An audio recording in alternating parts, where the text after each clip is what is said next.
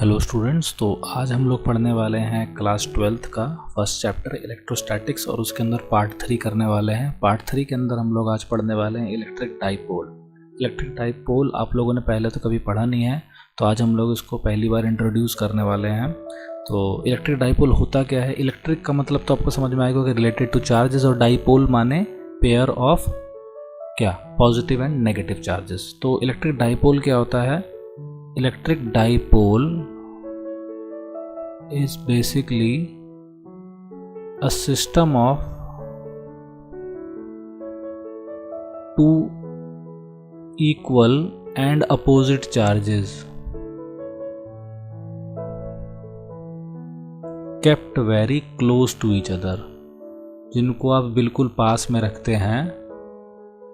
each other लिखते हैं यहाँ पे, तो each अदर, यानी कि सपोज करो हमारे पास एक चार्ज है प्लस और एक चार्ज है माइनस, तो उनके बीच में जो डिस्टेंस होगा यहाँ से यहाँ तक, इसको हम लोग सेंटर पॉइंट को ले लेते हैं O, और इस डिस्टेंस को हम लोग 2a से डिफाइन करते हैं। ठीक है, इंस्टेड ऑफ यूजिंग a और d हम लोग इसको जनरली मोस्टली 2a लिखते हैं। ठीक है, ये पॉजिटिव चार्ज है a पॉइंट, ये नेगेटिव चार्ज है b पॉइंट, ये दोनों के दोनों क्या है, इक्वल है। तो यानी कि QA equal to QB equal to Q होता है। ठीक है, बस QA का वैल्यू कितना होता है यहाँ पे प्लस Q, और QB का वैल्यू कितना होता है माइनस Q। ठीक है, और सेंटर ऑफ द डाइपोल क्या होता है, A होता है, O होता है यहाँ पे। ठीक है, तो इलेक्ट्रिक डाइपोल क्या होता है? Basically a system of two equal and opposite charges that are kept very close to each other. ठीक है, यानी कि अगर हम कोई पॉइंट कंसिडर करेंगे इस डाइपोल से, तो हमेशा जनरली वो इन 2a से ज़्यादा दूर ही होगा। ठीक है, आगे चल के जो हम इलेक्ट्रिक फील्ड निकालेंगे ना, इसकी वजह से तो आपको समझ में आ जाएगा यहाँ पे। ठीक है, जो सेकंड डेफिनेशन है यहाँ पे, ये फर्स्ट डेफिनेशन थी, जो सेकंड डेफिनेशन है वो है डाइपोल मोमेंट की। डाइपोल मोमेंट क्या होता है? Dipole moment it is defined as the product of, defined as the product of charge and distance, या फिर length of dipole, length of dipole. तो इसको हम लोग डिनोट करते हैं P से, और ये होता है Q times 2a, cross product नहीं है ये, Q टाइम्स 2a के बराबर। तो हमने बेसिकली इस लेंथ को हमने एक वेक्टर की तरह ट्रीट करा है। तो यानी कि इसकी कोई पर्टिकुलर डायरेक्शन भी होगी, तो डायरेक्शन इसकी जो हम लोग लेते हैं वो नेगेटिव से पॉजिटिव लेते हैं। It is directed from negative to positive, ये बात आपको याद रखना है। तो डाइपोल मोमेंट क्या होता है? प्रोडक्ट होता है किसका, चार्ज का और लेंथ का। लेंथ किसकी? डाइपोल की लेंथ, और डाइपोल की लेंथ को हम लोग वेक्टर की तरह ट्रीट करते हैं, तो डाइपोल मोमेंट भी ऑलरेडी क्या हो जाएगा, वेक्टर हो जाएगा, और इसकी डायरेक्शन हम लोग बाय कन्वेंशन लेते हैं negative to positive. SI unit तो इसकी आपको पता चली गई होगी, CM कूलम मीटर होगा यहाँ से यहाँ तक। ठीक है, डायमेंशनल फॉर्मूला आप उस हिसाब से निकाल सकते हैं। डायमेंशनल फॉर्मूला भी लिख देता हूँ यहाँ पे, बेसिक है, कूलम होता है एम्पेयर इनटू टाइम, और ये हो जाएगा मीटर लेंथ। ठीक है, तो LAT ये आ गया हमारे पास, इसका डायमेंशनल फॉर्मूला M0 है यहाँ पे।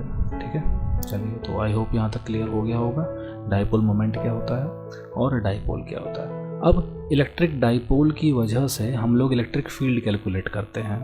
ठीक है, तो electric field due to a dipole, ये हमारा सबसे पहला पार्ट है यहाँ पे। तो इलेक्ट्रिक फील्ड जब आप निकालेंगे किसी भी डाइपोल सिस्टम की वजह से, तो सपोज करिए हमने यहाँ पे ले लिया एक प्लस चार्ज, और ये B पॉइंट है, ये A पॉइंट है, इसको हम लोग बोलेंगे प्लस Q, इसको बोलेंगे माइनस Q, सेंटर में ले लिया वही अगेन O, इसको बोलेंगे A, इसको भी बोलेंगे A, पूरी लेंथ हो जाएगी 2a। ठीक है, तो इलेक्ट्रिक फील्ड निकालने के ना हम लोग यहाँ पे 3 केसेस हैं जो कर सकते हैं। कौन कौन से?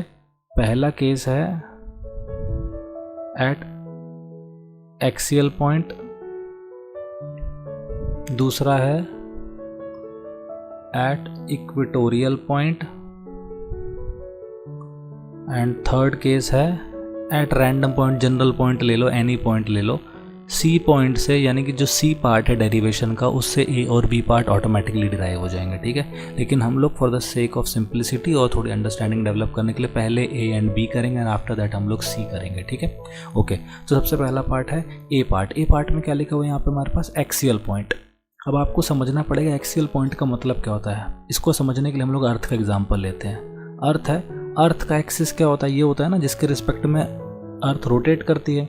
अब इसको बोलते हैं नॉर्थ पोल और इसको बोलते हैं साउथ पोल। तो आपको समझ में आ रहा होगा एक्सिस क्या होता है। एक्सिस वो लाइन होती है जो दोनों के दोनों पोल्स से पास करती है। तो सिमिलरली यहाँ पे कौन सी लाइन होगी, ये लाइन जो इससे पास कर रही है। तो इस लाइन को हम लोग क्या बोलेंगे, एक्सियल लाइन बोलेंगे, ठीक है। एंड इक्वेटर क्या होता है यहाँ पे, इक्वेटर वो लाइन होती है जो नॉर्थ और साउथ पोल को कट करती है। इसको इक्वेटर बोलते हो ना आप, नॉर्थ और साउथ पोल को जो कट करती है। तो यहाँ पे इक्वेटर लाइन कौन सी हो जाएगी, मैं इसको रेड से डिनोट कर देता हूँ, ये वाली लाइन हो जाएगी, इक्वेटर ओ से पास कर रही है, ठीक है। तो ये कौन सी लाइन हो जाएगी, इक्वेटोरियल लाइन। तो यानी कि अगर कोई भी पॉइंट अगर इस लाइन पे लाई करता है, कहीं पे भी हो, यहाँ पे हो, कहीं पे भी हो, पी ले लो, इसको क्यू ले लो, यहाँ पे कहीं पे भी हो, तो वो कौन सा लाइन पे कहलाएगा, एक्सियल लाइन पे कहलाएगा। सिमिलरली अगर कोई पॉइंट हमने ले चाहे वो आर ले लो चाहे एस ले लो, तो वो कौन सा कहलाएगा, इक्वेटोरियल पॉइंट कहलाएगा।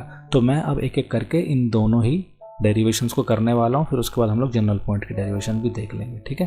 तो सबसे पहले हम लोग कर लेते हैं इक्वेटोरियल पॉइंट की कर लेते हैं पहले, या एक्सेल की कर लेते हैं। ए लिखा है ना मैंने सबसे पहले। तो electric field due to dipole at axial point, ये वाला केस करते हैं। ये हमको दे दिया ए पॉइंट, ये दे दिया बी पॉइंट, इसको बोलो प्लस क्यू, इसको बोलो माइनस क्यू, सेंटर में ले लो ओ, ठीक है। इस डिस्टेंस को ए, इस भी डिस्टेंस को ए, ठीक है। अब एक पॉइंट ले लेते हैं हम लोग इसी लाइन पे, मैंने मान लिया P है वो। हमेशा जब भी हम लोग डिस्टेंस मेजर करेंगे किसी भी पॉइंट का, तो याद रखना है distance is always measured from centre of dipole, ठीक है। तो O से नापेंगे, तो यानी कि ये जो R होगा वो कहाँ से लिया जाएगा, O से लिया जाएगा, ठीक है। तो अब हमको P पॉइंट पे इलेक्ट्रिक फील्ड निकालनी है। अब आप खुद बताओ, P पॉइंट पे जो इलेक्ट्रिक फील्ड होगी वो दो जगह से आएगी, कौन कौन सी, एक तो A की वजह से और एक B की वजह से। तो हम लोग क्या करेंगे, P पॉइंट पे मान लेंगे +1 कूलम का चार्ज रखा हुआ है, टेस्ट चार्ज, जिसको यूनिट पॉजिटिव टेस्ट चार्ज बोलते हैं। तो A पॉइंट पे जो चार्ज है वो प्लस चार्ज है, तो वो क्या करेगा, P पॉइंट पे जो हाइपोथेटिकल हमने +1 चार्ज रखा हुआ है, +1 कूलम का चार्ज, उसे वो रिपेल करेगा। तो ये वाली इलेक्ट्रिक फील्ड EA हो जाएगी और ये वाली इलेक्ट्रिक फील्ड क्या हो जाएगी, EB हो जाएगी। अब जल्दी से इन दोनों का मैग्नीट्यूड कैलकुलेट कर लेते हैं, लेफ्ट साइड लिख देता हूँ मैं। तो EA कितना हो जाएगा, K times Q divided by A से लेके P तक की दूरी कितनी है, तो आंसर है R + A है, ठीक है। और B से लेके P तक की दूरी कितनी है, तो आंसर है R - A। तो इसको लिख दूंगा ऐसे, और EB के लिए क्या लिख दूंगा, KQ/R - A का होल स्क्वायर, ठीक है। ये कहाँ पर है, ये टूवर्ड्स राइट है और ये टूवर्ड्स लेफ्ट है, ठीक है। तो अब यहाँ पे मैं एरो लगा सकता हूँ, ठीक है। तो E नेट जो आ जाएगा हमारे पास वो कितना आ जाएगा, EA vector plus EB vector, minus मत लगाना, वेक्टर हमेशा ऐड होते हैं, ठीक है, ट्रायंगल लॉ से। ऑलरेडी नेगेटिव साइन यहाँ पे इनकॉर्पोरेटेड है, ओके।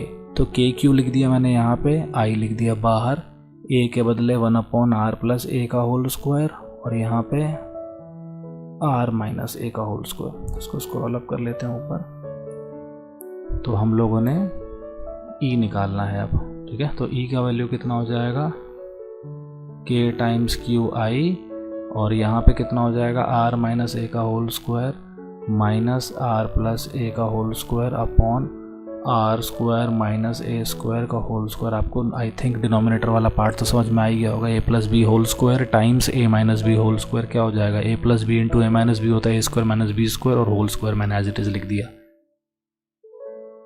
पॉज करके देख लेना अगर लग रहा हो कि नहीं समझ में आया यहाँ पे पार्ट। तो A² - B स्क्वायर का फॉर्मूला क्या हो जाएगा, A - B और A + B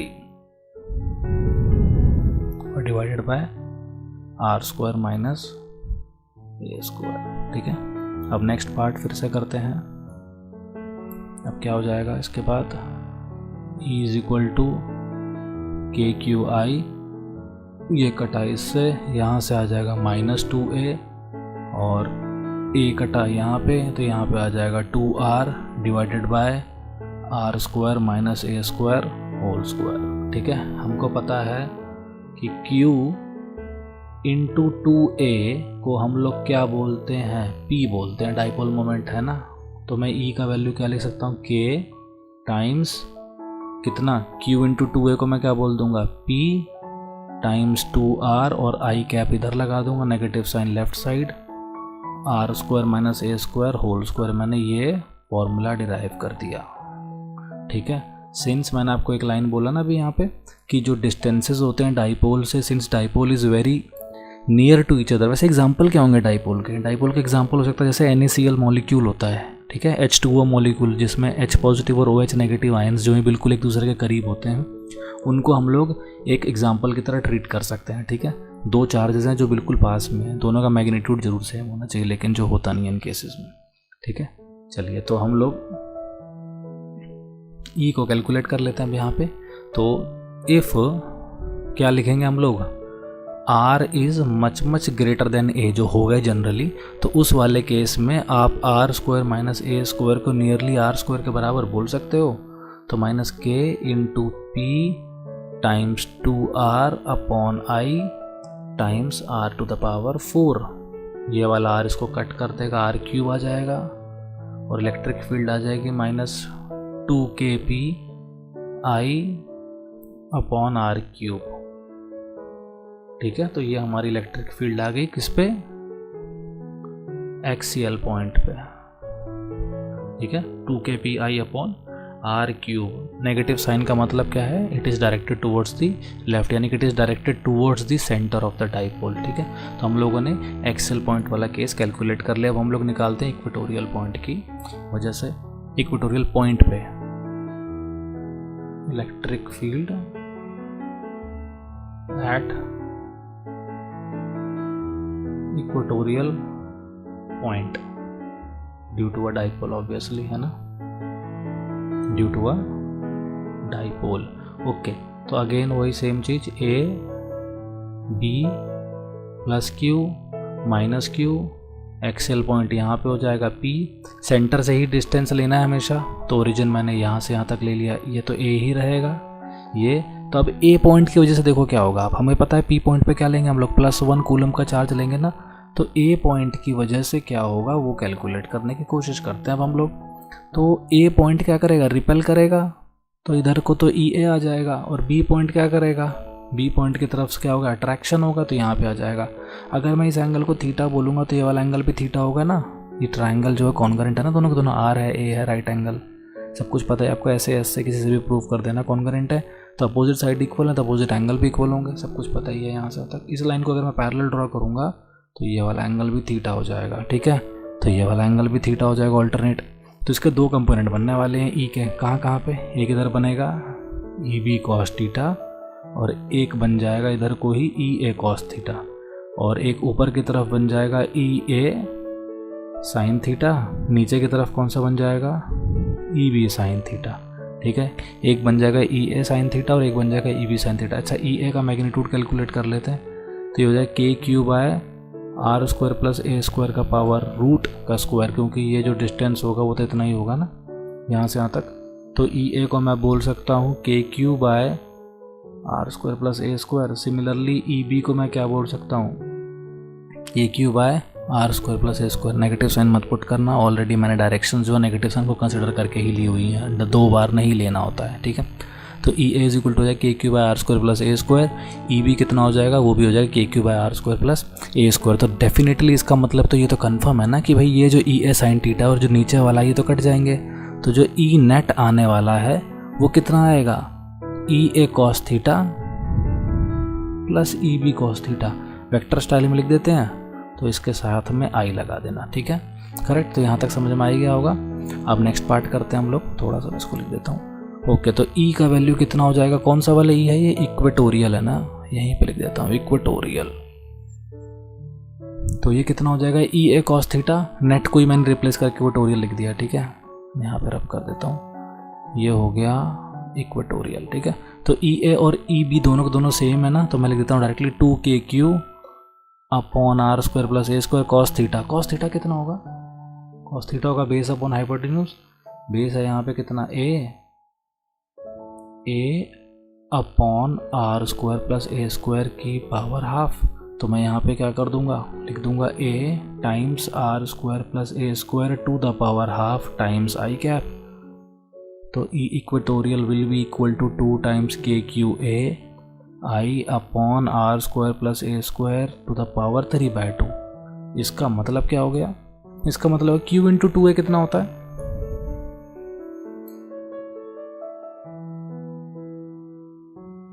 Q into 2A again उसी हिसाब से लिख देंगे हम लोग, किसके बराबर हो जाएगा, P के, ठीक है। और इधर से r square plus A square to the power 3/2। Again R अगर बहुत बड़ा होगा, जो होता ही है, तो ई इक्वेटोरियल कितना हो जाएगा, K times P I upon R to the power 3, ठीक है। तो इक्वेटोरियल कितना आ गया, KPI अपॉन R3। आप अगर नोटिस करेंगे तो इसका रेशो कितना हो जाएगा, एक्सियल, ई लटक गया थोड़ा सा है, इक्वेटोरियल, तो ये कितना हो जाएगा, एक्सियल हो जाएगा 2KP bye R³ upon KP bye R³। काट रख दो, 2:1 आंसर है, ठीक है। तो 2:1 ऐसा नहीं लिखना चाहिए, अच्छा नहीं लगता, ठीक है। तो 2:1 आ गया हमारे पास क्या, एक्सियल टू इक्वेटोरियल का रेशो, ठीक है। तो आई होप यहाँ तक क्लियर हो गया होगा। अभी तक हमने क्या पढ़ा है, डाइपोल की डेफिनेशन क्या होती है, combination of or system of two charges, two equal and opposite charges kept very close to each other. उसके बाद हमने डाइपोल मोमेंट की डेफिनेशन पढ़ी है। वहाँ पे सबसे ज़रूरी बात आपको ध्यान देनी है कि इसकी डायरेक्शन नेगेटिव से पॉजिटिव की तरफ होती है। एंड आफ्टर दैट हम लोगों ने कैलकुलेट करना सीखा electric field due to an electric dipole axial position में और इक्वेटोरियल पोजीशन में। माउस को थोड़ा नीचे, ठीक है, एक्सियल और इक्वेटोरियल पोजीशन के अंदर। अब थर्ड केस हमारे पास है जिसमें हम लोग इलेक्ट्रिक फील्ड निकालने वाले हैं एट एनी रैंडम पॉइंट। और अगर हमने वो डिराइव कर लिया और उसका फॉर्मूला याद कर लिया तो ये दोनों के दोनों केसेस तो उसी से ही डिराइव हो जाएंगे, ठीक है। और इसके बाद हम लोग करेंगे क्या, इलेक्ट्रिक फील्ड को अगर हम इलेक्ट्रिक डाइपोल को अगर हम लोग किसी इलेक्ट्रिक फील्ड के अंदर रखते हैं तो क्या होता है उसके साथ, ठीक है। यानी कि बेसिकली उसके ऊपर किस तरह की फोर्सेस लगती हैं, क्या होता है, वो करने वाले हैं हम लोग, ठीक है। तो पहले एक काम करते हैं, हम लोग ये वाला केस करते हैं जिसमें हम लोग ये चेक कर लेंगे कि what happens when an electric dipole is kept in an external electric field, ठीक है। तो वो देखते हैं, आफ्टर दैट फिर हम लोग इस पे आ जाएंगे, इस वाले केसेस पे। तो electric dipole in an external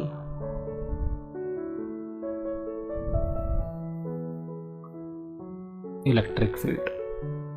तो अगर हम लोग एक डाइपोल को एक्सटर्नल इलेक्ट्रिक फील्ड में रख देंगे तो क्या होगा वो देखते हैं यहाँ पे। तो वही same system, plus q minus q, centre O है यहाँ से तक, ठीक है। अगर मैं एक डाइपोल को रख देता हूँ तो, और उसके बाद ये जो पैरेलल लाइंस जा रही हैं, आई थिंक इसको ऐसे नहीं ड्रॉ करेंगे, ज़्यादा अच्छा रहेगा, अलग कलर ले लेते हैं ना। ये जो लाइंस जा रही हैं ये इलेक्ट्रिक फील्ड लाइंस हैं, ठीक है। ये टूवर्ड्स राइट जा रही हैं, इलेक्ट्रिक फील्ड लाइंस कहाँ जा रही है, टूवर्ड्स राइट। तो इसका मतलब डेफिनेटली प्लस चार्ज लेफ्ट में रहा होगा, नेगेटिव चार्ज राइट में रहा होगा।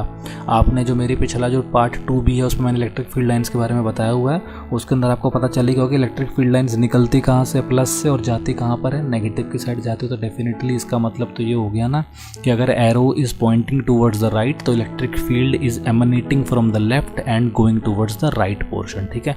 और इलेक्ट्रिक डाइपोल मैंने यहाँ पे क्या केस ले लिया कि वो पैरेलली रखा हुआ है, यानी कि जो एंगल बन रहा होगा वो 0 डिग्री बन रहा होगा। एक काम करते हैं, इसको रब करके एक जनरल केस ले लेते हैं जिसमें हम लोग इलेक्ट्रिक डाइपोल को ऐसे रखेंगे कि कोई एक वो एंगल बना रहा हो, ठीक है। लाइन ही गायब हो गई, ठीक है। तो यहाँ पे मैं ड्रॉ कर देता हूँ काइंड ऑफ दिस, ये मैंने ड्रॉ कर दिया प्लस क्यू, ये मैंने ड्रॉ कर दिया माइनस क्यू, ठीक है। ये मेरे पास चार्ज दे रखा है, इसको ए पॉइंट बोलेंगे, इसको बी बोलेंगे।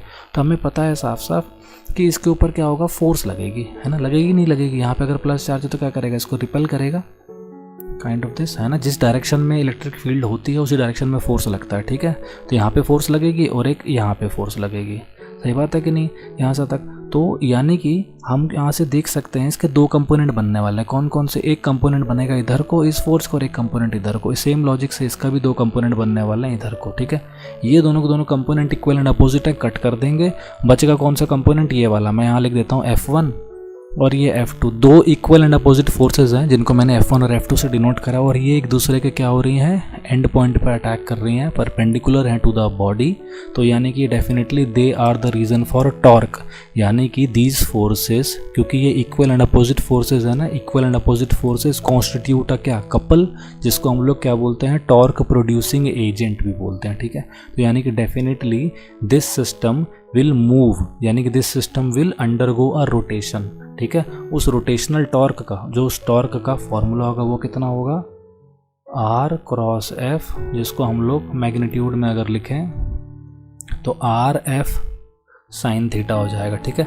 R साइन थीटा ही जो होता है ना, ये परपेंडिकुलर डिस्टेंस होता है, ठीक है। तो मैं वही कैलकुलेट करने वाला हूँ। यहाँ पे लेफ्ट में लिख देता हूँ, स्पेस बचा लेते हैं। तो परपेंडिकुलर डिस्टेंस यहाँ पे कैसे लेंगे हम लोग? तो परपेंडिकुलर डिस्टेंस हो जाएगा ये वाला, ठीक है। ये मैंने थीटा बनाया, ये जो लेंथ है ना, ये इसको परपेंडिकुलर डिस्टेंस बोलेंगे। तो हमें पता है ऑलरेडी यार, ये जो डिस्टेंस है 2a है ना, तो ये कितना हो जाएगा? 2a साइन थीटा हो जाएगा। तो मैं यहाँ पे क्या लिख सकता हूँ? F 2a sine theta. And F किसके बराबर होता है? बार बार E बन जाता है। F होता है Q E के बराबर, ठीक है। तो यहाँ पे भी मैं क्या कर दूंगा? Q E 2a sine theta, ये लिख दिया मैंने टॉर्क के लिए। और Q इंटू 2a तो मुझे पता है ऑलरेडी क्या होता है? P होता है। तो इसका मतलब मैं टॉर्क को लिख सकता था P क्रॉस E। ऊपर कर देता हूँ स्क्रॉल, तो P क्रॉस E क्या आ गया हमारे पास?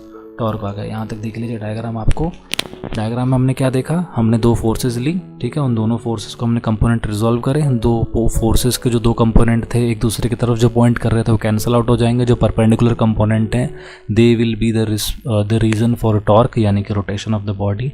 एंड वो टॉर्क का मैग्नीट्यूड कितना आ रहा है? PE साइन थीटा आ रहा है।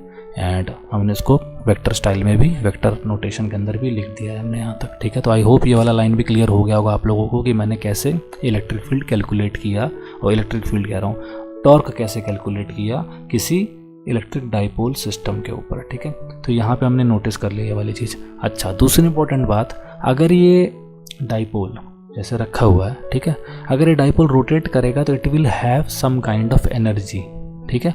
और उस एनर्जी को हम लोग कैलकुलेट करने वाले हैं। यहाँ पे कैसे निकालते हैं एनर्जी वो देख लेते हैं हम लोग। पोटेंशियल एनर्जी बोलते हैं ना उसको, तो पोटेंशियल एनर्जी कैलकुलेट कर लेते हैं। ये भी मैं हेडिंग डाल देता हूँ, energy of a dipole in an electric field. तो इसको कैसे करेंगे? अगेन वही सेम लॉजिक है हमारे पास। तो हमें पता है जो वर्क डन होता है छोटा सा, अगर ये हल्का सा एंगल रोटेशन होगा ना तो टाउ डी थीटा हो जाएगा, ठीक है। आई होप ये आप लोगों ने रोटेशनल मैकेनिक्स में पिछले साल 11th क्लास में पढ़ा होगा, तो आपको याद होगा कि वर्क डन जो होता है वो होता है हमारे पास कितना? FS कॉस थीटा, सही बात है। फोर्स, डिस्प्लेसमेंट और कॉस थीटा का प्रोडक्ट, इन तीनों का प्रोडक्ट होता है, ठीक है।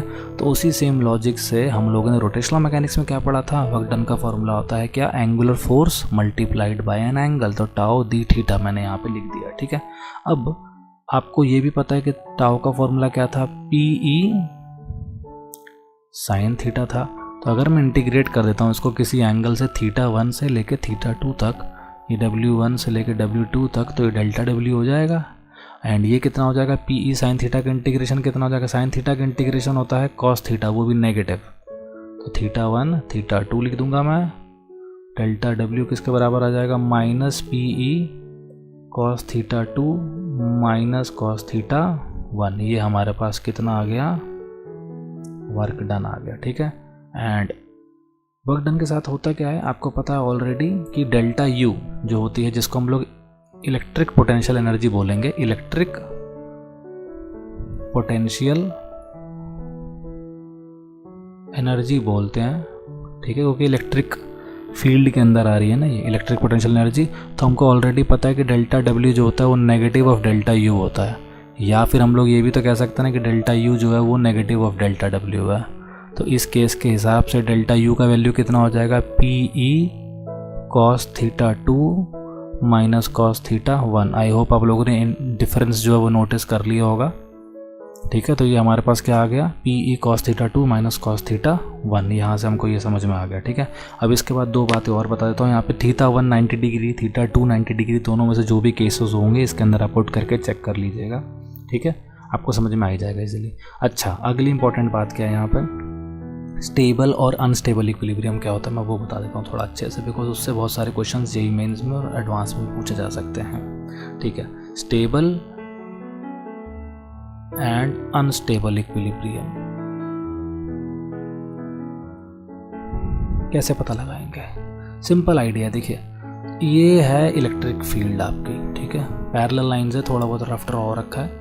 ठीक है, ये पैरेलल है सारी की सारी, यहाँ पे प्लस है, यहाँ पे माइनस है। ठीक है, अगर आपने कोई डाइपोल को रख दिया लाइक दिस, ठीक है, ये ए पॉइंट है, ये बी पॉइंट है, यहाँ पे रख दिया प्लस क्यू, यहाँ पे रख दिया आपने माइनस क्यू। ठीक है, मैं एक और डाइपोल बना लेता हूँ, है यही सेम केस ही, पर मैं दो बार डायग्राम ड्रॉ कर रहा हूँ आपके लिए। ठीक है, इसको बोला बी पॉइंट, इसको बोला ए पॉइंट, ये ले लिया माइनस क्यू और ये ले लिया मैंने प्लस क्यू। ठीक है, तो इसको ले लेते हैं डाइपोल D1 और इसको ले लेते हैं डाइपोल D2। तो यहाँ पे आपको दो बातें हैं जो ध्यान देनी है। पहली बात ये कि जो D1 होगा ना यहाँ पे, वो होगा अनस्टेबल इक्विलिब्रियम में, और जो D2 है वो होगा स्टेबल इक्विलिब्रियम में। कैसे पता मुझको, देखो सिंपल आइडिया है।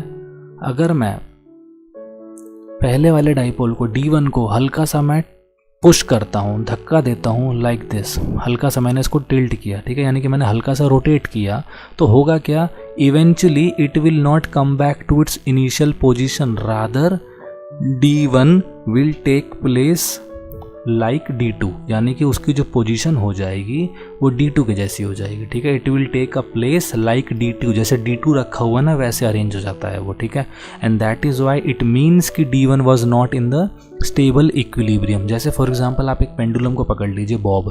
ठीक है, अगर आप उस बॉब को एक्सट्रीम लेफ्ट या एक्सट्रीम राइट पे ले जाएंगे और उसके बाद छोड़ देंगे, तो होगा क्या, eventually after some time it will not come back to that initial position, rather वो मीन पोजीशन जो बीचों बीच लटका जाएगा वहाँ पे आ जाएगा वो। ठीक है, तो सेम चीज़ इसके साथ भी है। अगर आप D1 केस में डाइपोल को हल्का सा क्या करेंगे, पुश करेंगे, यानी कि रोटेट करेंगे, तो eventually it will come back to the D2 position, not to the D1 position. तो इसका मतलब D1 जो है वो केस, वो कौन सा केस है हमारे पास, अनस्टेबल इक्विलिब्रियम है, एंड D2 कौन सा केस है हमारे पास, स्टेबल इक्विलिब्रियम में। तो मैं यहाँ पे मार्क कर देता हूँ अनस्टेबल एंड स्टेबल। इसको मेजर करने के लिए एक और चीज़ भी कर सकते हो आप, कि जो डाइपोल मोमेंट है यहाँ पे, डाइपोल मोमेंट क्या होता है, लेफ्ट से राइट की तरफ, यानी कि नेगेटिव से पॉजिटिव की तरफ डायरेक्ट हो रहा है ना, तो इस वाले का जो डाइपोल मोमेंट होगा वो ऐसे जा रहा है। ठीक है, इस वाले का डाइपोल मोमेंट ऐसे जा रहा है। तो आप नोटिस करेंगे कि इस वाले केस में, इस केस नंबर 1 में, केस नंबर 1 में जो एंगल है ना थीटा, वो 180 डिग्री है। किसके बीच में, P के बीच में एंड E के बीच में। ठीक है, देखो E कहाँ पे जा रहा है, E जा रहा है ऐसे। ठीक है, और इस वाले केस में P जा रहा है टूवर्ड्स द लेफ्ट, तो यानी कि अगर ये E जा रहा है ऐसे और P जा रहा है टूवर्ड्स द लेफ्ट, तो एंगल कितना है, 180 डिग्री है। ठीक है, सेकंड वाले केस में क्या हो रहा है, यहाँ पे देखो E जा रहा है टूवर्ड्स द राइट और P भी जा रहा है टूवर्ड्स द राइट, तो एंगल कितना है यहाँ पे इस वाले केस में, 0 डिग्री है। 0 डिग्री का मतलब स्टेबल इक्विलिब्रियम, और ये है अनस्टेबल का केस। ठीक है, तो आई होप यहाँ तक आप लोगों को समझ में आ ही गया होगा कि अनस्टेबल इक्विलिब्रियम कौन सा वाला है और स्टेबल इक्विलिब्रियम कौन सा वाला है। ठीक है, तो हम लोगों ने इलेक्ट्रिक डाइपोल के सारे केसेस कर डाले हैं, सब कुछ कर डाला है, बस एक डेरिवेशन बाकी रह गई है। कौन सी वाली, electric field due to a dipole at any random position या रैंडम पॉइंट पर जब निकालना हो तो वो कैसे निकालेंगे। ठीक है, उसको मैं नेक्स्ट वीडियो के अंदर आपको बताऊंगा। ठीक है, तो यहाँ तक आप इसको रिवाइज कर लीजिएगा ज़रूर, वो थोड़ा सा लेंदी डेरिवेशन होने वाला है। मैं नहीं चाहता इस पूरी वीडियो की ड्यूरेशन जो है स्ट्रेच कर जाए, इसलिए मैंने सारे के सारे जो छोटे छोटे टॉपिक थे उनको एक तरीके से इकट्ठा करके यहाँ पे बता दिया। बस अब एक जो टॉपिक रह जाएगा वो वहाँ पे कर लेंगे। उस तरह की डेरिवेशन CBSE के एग्जाम्स में नहीं आने वाली है, लेकिन वो आप लोगों को आनी चाहिए, because it will improve your thought process, thinking improve करेगा आपकी, और न्यूमेरिकल सॉल्व करने में भी आपको काफ़ी हेल्प होगी। हम लोग जितनी भी डेरिवेशंस पढ़ते हैं वो फॉर्मूला याद करने के लिए नहीं पढ़ते हैं, हम लोग ये पढ़ते हैं कि उनके थिंकिंग प्रोसेस सॉल्व कैसे करना है, यानी कि एक न्यूमेरिकल को सॉल्व करने की जो अप्रोच है वो क्या होती है वो देखते हैं हम लोग। ठीक है, तो आई होप यहाँ तक सब कुछ क्लियर हो गया होगा। एक बार वीडियो को दोबारा देख लीजिएगा चला के, स्लो में चला के देख लीजिएगा, नोटबुक लेके बैठेगा, जो भी आप कर रहे हैं धीरे धीरे करके आपको सब कुछ समझ में आ जाएगा। और अपनी बुक्स, जो भी टेक्स्ट बुक्स आपके पास है, जो भी आप फॉलो करते हैं, उसको जरूर रीड करिएगा। 1 या 2 बार करेंगे, you will have more clarity in your thoughts. Okay, चलिए bye.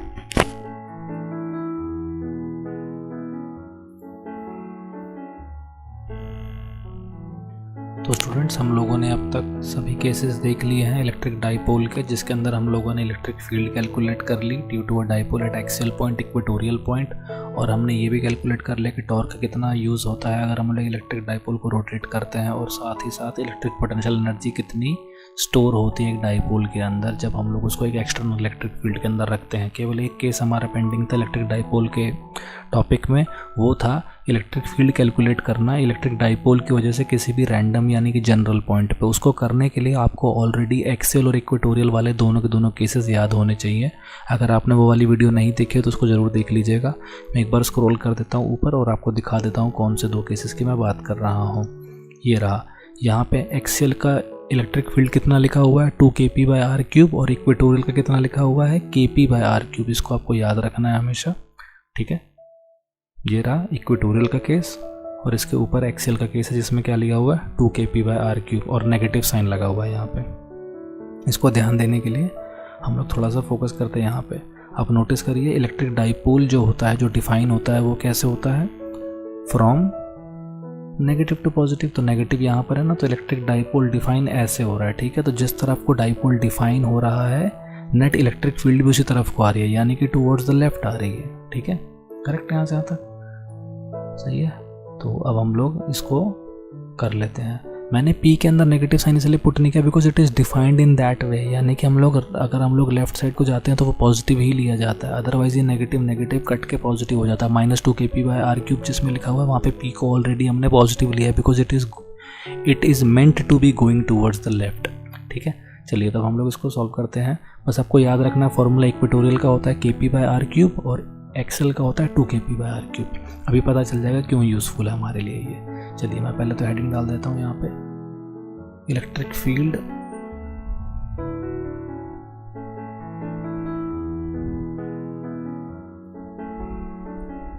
Due to a dipole at any general point, ठीक है। तो इसको हम लोग सॉल्व करते हैं। पहले तो मैं एक डायग्राम बना देता हूँ यहाँ पे। ये ले लिया मैंने +q, ये ले लिया -q, ये ले लिया centre point of the dipole और एक रैंडम पॉइंट ले लिया, मान लो मैंने P यहाँ पे ले लिया मैंने, ठीक है, ठीक है। तो ये P पॉइंट है, सेंटर से ही हमेशा डिस्टेंस नापना होता है हमको। ये डैश्ड लाइन जो होती है इसके थ्रू ही मैं इसको नाप रहा हूँ और मैंने मान लिया कि ये जो डिस्टेंस है यहाँ से सेंटर से वो कितना है, r है। ये वाला तो आपको ऑलरेडी पता है a है और ये भी a है, ठीक है। तो हमको पता है जो डाइपोल भी जो मोमेंट है वो कैसे डिफाइन है, लाइक दिस, इस तरह से डिफाइन है, ठीक है। तो हम लोगों को P पॉइंट पे इलेक्ट्रिक फील्ड निकालनी है, किसकी वजह से, एक तो B वाले चार्ज की वजह से और एक A वाले, ठीक है। तो हम लोग कैसे कैलकुलेट करेंगे, यहाँ पे हम लोग थोड़ा सा एक इनोवेटिव आइडिया फॉलो करने वाला है। यहाँ पे हम लोग क्या करेंगे, डाइपोल मोमेंट के ना 2 कंपोनेंट ब्रेक कर देंगे यहाँ पे। आप नोटिस करिए डाइपोल मोमेंट जो होता है वो लेफ्ट से राइट की तरफ पॉइंट हो रहा है, जो मैंने रेड लाइन मार्क करी है। तो यानी कि ये जो डाइपोल मोमेंट है यहाँ पे ऐसे हाईलाइट होने वाला है लेफ्ट को, ठीक है। तो अगर ये लेफ्ट को जा रहा है तो इसके 2 कंपोनेंट बन सकते हैं। उससे पहले मैं इस एंगल को थीटा मार्क कर देता हूँ। मैं यहाँ दोबारा से केवल लाइन डायग्राम ड्रॉ कर रहा हूँ, इस पर फोकस करिएगा। ये मैंने P ले रखा है जो मेरा डाइपोल मोमेंट है, ठीक है। और ये वो लाइन है जो एंगल बना रही है थीटा, ठीक है। इसको मैंने थोड़ा एक्सटेंड कर दिया तो ये भी वर्टिकल अपोजिट एंगल हो जाएगा। तो ये वाला एंगल कितना, ये वाला डाइपोल मोमेंट कितना हो जाएगा, P cos थीटा, और इसका परपेंडिकुलर कितना हो जाएगा, P sin थीटा। सही बात है कि नहीं यहाँ से तक। तो यानी कि अगर मैं कलर ले लेता हूँ अलग, तो यानी कि अगर मैं इसके 2 कंपोनेंट ब्रेक करने की कोशिश करता हूँ जो मैंने यहाँ पे किया है, तो ये कितना हो जाएगा P cos थीटा, और इसका कंपोनेंट जो वर्टिकल वाला हो जाएगा वो कितना हो जाएगा, P sin थीटा, ठीक है। तो आप एक चीज़ नोटिस कर सकते हैं यहाँ पे, इसको थोड़ी देर के लिए मैं मान लेता हूँ P1 है और इसको मैं ले लेता हूँ थोड़ी देर के लिए P2। मैंने P sin थीटा को P1 ले लिया और P cos थीटा को P2 ले लिया। तब आप एक चीज़ नोटिस कर रहे हैं यहाँ पे कि जो P पॉइंट है, जो जनरल पॉइंट मैंने लिया है, वो इस P1 सिस्टम के रिस्पेक्ट में कैसा शो हो रहा है, कैसा दिख रहा है वो P1 के रिस्पेक्ट में। यहाँ पे मैं इसको हाईलाइट करके दिखाने की कोशिश करता हूँ लेकिन कलर ही नहीं दिख रहा। चलिए मैं यहाँ से दिखाता हूँ। इसके रिस्पेक्ट में अगर आप नोटिस करेंगे तो ये जो पॉइंट है P, ये कैसा है इसके रिस्पेक्ट में, परपेंडिकुलर, तो यानी कि इक्वेटोरियल में आ रहा है। यानी कि जो P1 वाला केस है हमारे पास वो कैसा दे रहा है, इक्वेटोरियल, यानी कि this point is behaving like a equatorial system. देखो ना डाइपोल मोमेंट P1 कैसे आ रहा है, इस तरह से आ रहा है जो मैंने यहाँ पे ब्राउनिश लाइन ड्रॉ करी, और P पॉइंट क्या हो रहा है, इसके नियरली परपेंडिकुलर ही है, नियरली के एग्जैक्टली परपेंडिकुलर ही है ये, तो यानी कि इक्वेटोरियल केस लिया जा सकता है। और ये वाली जो लाइन है जिसको मैं ब्लू से डिनोट करता हूँ, ये जो P2 वाली जो लाइन है, आप नोटिस कर रहे हो ये क्या हो रहा है, ये सेम लाइन में जिस लाइन में P आ रहा है, तो यानी कि मैं इसको बोल सकता हूँ P2 वाले पॉइंट को, इस P2 वाले पॉइंट को मैं बोल सकता हूँ कि ये एक्सियल का केस हो गया। तो यानी कि अगर मुझे इस P पॉइंट पे इलेक्ट्रिक फील्ड कैलकुलेट करनी हो तो कैसे कैलकुलेट करेंगे, मैं वो ड्रॉ करके दिखाता हूँ आपको। देखो हमको पता है एक्सेल वाले में क्या था, टूवर्ड्स द लेफ्ट था ना, तो यानी कि जो कंपोनेंट आ रहा है इलेक्ट्रिक फील्ड का यहाँ पे आने वाला, मैं P पॉइंट को यहाँ पे मार्क कर देता हूँ अलग से, आपको समझ में आ जाएगा। तो मेरा कहने का मतलब है electric field due to P2, ये जो P2 यहाँ पे मैंने ड्रॉ किया है उसकी वजह से मैंने यहाँ ड्रॉ कर दिया, ये रहा P2। एंड P1 की वजह से कितना होता था, P1 की वजह से हमेशा पता है हमको ना परपेंडिकुलर होता था, जो इक्वेटोरियल पॉइंट था जब मैंने ड्रॉ किया था इक्वेटोरियल, मैं यहाँ रफली ड्रॉ कर देता हूँ जल्दी से, ये था केस, ये इस तरह से इलेक्ट्रिक फील्ड तो ऐसा आ रहा था ना हमारे पास E नेट जो मैंने निकाला था, तो वही सेम चीज़ मैं यहाँ पे यूज़ करने वाला हूँ। तो अगर ये वाला पॉइंट एक्सेल की वजह से तो मैंने ऑलरेडी ड्रॉ कर दिया जिसको मैं P2 बोल रहा हूँ, तो इक्वेटोरियल की वजह से कहाँ पे आने वाला है, ये वाला आने वाला है, इसको बोलेंगे EP1। तो यानी कि इनके बीच में एंगल कितना आ रहा है, 90 डिग्री। तो अगर मुझे E निकालना हो नेट जो यहाँ से कहीं से जा रहा होगा, तो इस E का फॉर्मूला हो जाएगा EP2 square plus EP1 square. ठीक है, मैं एक बार दोबारा से बता देता हूँ मैंने किया क्या है। यहाँ पे थोड़ा सा लग सकता है कि थोड़ा सोचने में मुश्किल हो, पर यही टेक्निक है जो बहुत ज़्यादा काम आने वाली है आपके न्यूमेरिकल सॉल्व करने में। मैंने डाइपोल मोमेंट को दो कंपोनेंट में ब्रेक कर दिया इन सच अ वे दैट एक कंपोनेंट जो है डाइपोल मोमेंट का उसके रिस्पेक्ट में पॉइंट P इक्वेटोरियल पोजीशन पे लोकेटेड है, और एक कंपोनेंट जो है डाइपोल मोमेंट का उसके रिस्पेक्ट में पॉइंट P एक्सियल पॉइंट पे यानी कि एक्सियल लोकेशन पे लोकेटेड है। और इक्वेटोरियल वाले को मैंने P1 से डिनोट कर दिया और एक्सियल वाले को मैंने P2 से डिनोट कर दिया। फिर इवेंचुअली मैंने उनका वेक्टर डायग्राम ड्रॉ किया लेफ्ट साइड पे जो दिख ही रहा है आपको, एंड आफ्टर दैट मैं कैलकुलेट कर दूंगा इसका नेट रिजल्टेंट। ठीक है, तो हम लोग यहाँ से एक एंगल भी डिफाइन कर देंगे, मे बी ये वाला एंगल कैलकुलेट कर लेंगे अल्फा। ठीक है, तो मैं अब इसको लिखने जा रहा हूँ, सॉल्व करने जा रहा हूँ मैं। चलिए देखते हैं कैसे करेंगे। थोड़ा सा स्पेस दे देता हूँ मैं यहाँ पे। ठीक है, अब देखिए, तो मेरे को अगर E निकालना है, E नेट, तो वो निकलेगा E P2 square plus E P1 square से। ठीक है, तो E P2 कितने के बराबर हो जाएगा, P2 है कौन सा, P2 है इक्वेटोरियल का, और इक्वेटोरियल कितना आ रहा था, इक्वेटोरियल का जिसको मैं दोबारा से लिख रहा हूँ यहाँ पे P2। ठीक है, तो E P2 की वजह से, सॉरी P2 तो एक्सियल है ना, यहाँ रब कर देता हूँ, P2 की वजह से P2 जो है एक्सियल है, तो एक्सियल का निकाल लिख देता हूँ ना डायरेक्टली। एक्सियल का कितना आ रहा है हमारे पास, एक्सियल का कितना आया था, एक्सियल का आया था 2kp/r³। इसको हमने r बोला था ना, ये r मार्क कर रखा है। ठीक है, सेम लॉजिक से E P1 कितना हो जाएगा, kp/r³। लेकिन आपको पता है P2 के केस में तो मैं यहाँ पे P2 लिखूंगा, यहाँ पे P1 लिखूंगा, और P2 का वैल्यू है कितना, p cos थीटा, तो ये ऐसे हो जाएगा। और यहाँ से कितना आ जाएगा, kp sin θ/r³। ठीक है, तो मैं यहाँ पे क्या कर दूंगा, मैं यहाँ पे भी मैं इस लाइन को सेपरेट कर देता हूँ, तो यानी कि 2kp/r³ cos थीटा का whole square plus kp sin θ/r³ का होल स्क्वायर, ये दोनों को दोनों लाइनें मैंने लिख दिया। यहाँ से आपको नोटिस कर सकते हैं कि भाई kp/r³ तो कॉमन है ना, ये वाला kp/r³ तो कॉमन है, इसको बाहर निकाल देता हूँ एज इट इज़। ठीक है, स्क्वायर हो रहा था तो वापस ऑटोमेटिकली रूट हो जाएगा, और ये 2 cos थीटा का कितना हो जाएगा, 4 cos स्क्वायर थीटा, और इधर से कितना हो जाएगा, sin स्क्वायर थीटा। ठीक है, थोड़ा सा और स्पेस लेते हैं, तो E का वैल्यू कितना हो गया हमारे पास, E आ जाएगा kp/r³ और 4 cos स्क्वायर थीटा में से अगर मैं एक cos स्क्वायर थीटा उधार ले लूँ sin स्क्वायर के साथ, तो ये हो जाएगा 3 cos स्क्वायर थीटा प्लस 1। ठीक है, तो इलेक्ट्रिक फील्ड कितना आ गया हमारे पास, kp/r³ times root of 3 cos square theta plus 1, square root of 3 cos square theta plus 1। ठीक है, करेक्ट। तो ये आ गया हमारे पास मैग्नीट्यूड। अब डायरेक्शन अगर कैलकुलेट करना तो कैसे कैलकुलेट करेंगे हम लोग, उस केस के लिए मैंने ऑलरेडी यहाँ पे अल्फा मार्क कर रखा है ना, ये लेफ्ट साइड, तो मैं ये अल्फा कैलकुलेट कर लेता हूँ। तो tan अल्फा कितना हो जाएगा, tan अल्फा हो जाएगा परपेंडिकुलर जो कि है E P1 upon EP2। P1 किसको लिया था मैंने? P1 लिया है मैंने इक्वेटोरियल को। और इक्वेटोरियल के केस में क्या होता है? इक्वेटोरियल के केस में आया था मेरे पास, कौन सा केस आया था इक्वेटोरियल का? KP sin theta by R3। और एक्सेल का केस में कितना आया था? 2KP, उसके बाद cos theta by R3। Correct. मैं यहाँ पे थोड़ा सा स्पेस दे देता हूँ और ये राइट साइड ही लिखा है मैंने थोड़ा सा। तो tan अल्फ़ा कितना हो जाएगा? KP कट गया, R3 भी कट गया, sine theta upon cos theta कितना हो जाएगा? tan theta. तो यानी कि tan अल्फ़ा कितना आ गया हमारे पास? हाफ tan थीटा के बराबर आ गया। तो अगर अल्फ़ा की वैल्यू निकालनी हो तो tan inverse half of the tan theta. Inverse trigonometry भी आप लोग इसी साल पढ़ने वाले हैं 12th क्लास में, चैप्टर नंबर 3 में।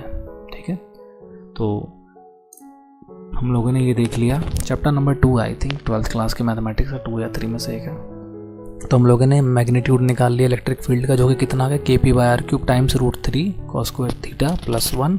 और इन अल्फ़ा भी मैंने कैलकुलेट कर लिया, tan inverse half tan theta. ठीक है, तो आई होप ये वाली डेरिवेशन आपको समझ में आ गई। इस डेरिवेशन को 1 या 2 बार, 3 बार, 5 बार, 10 बार, जितनी बार देखना है देखिए, लेकिन ढंग से समझने की कोशिश करिए। बिकॉज न्यूमेरिकल्स में ये जो टेक्निक मैंने यहाँ पे निकाली है, कौन सी? डाइपोल मोमेंट को ब्रेक करने की, ये बहुत यूज़ होने वाली है। कई बार क्या करेंगे, आपको 3 चार्जेस दे देंगे और फिर बोलेंगे इस सिस्टम का डाइपोल मोमेंट निकालो, तो उस केस में भी आपको डाइपोल मोमेंट का रिजल्टेंट निकालना पड़ेगा। And that is why this topic is very important for your thorough understanding. ठीक है, चलिए, तो आई होप यहाँ तक समझ में आ गया होगा। इसको रिवाइज जरूर कर लीजिएगा। इसी के साथ हमारा डाइपोल मोमेंट से रिलेटेड जितने भी टॉपिक थे वो सारे के सारे हमने कवर कर डाले हैं। अब नेक्स्ट वीडियोस के अंदर हम लोग पढ़ने वाले हैं गॉस लॉ, और उससे रिलेटेड जितने भी पेंडिंग टॉपिक्स है वो सारे कवर कर लेंगे। एंड होपफुली ये वाला चैप्टर भी फिर हमारा ख़त्म हो जाएगा।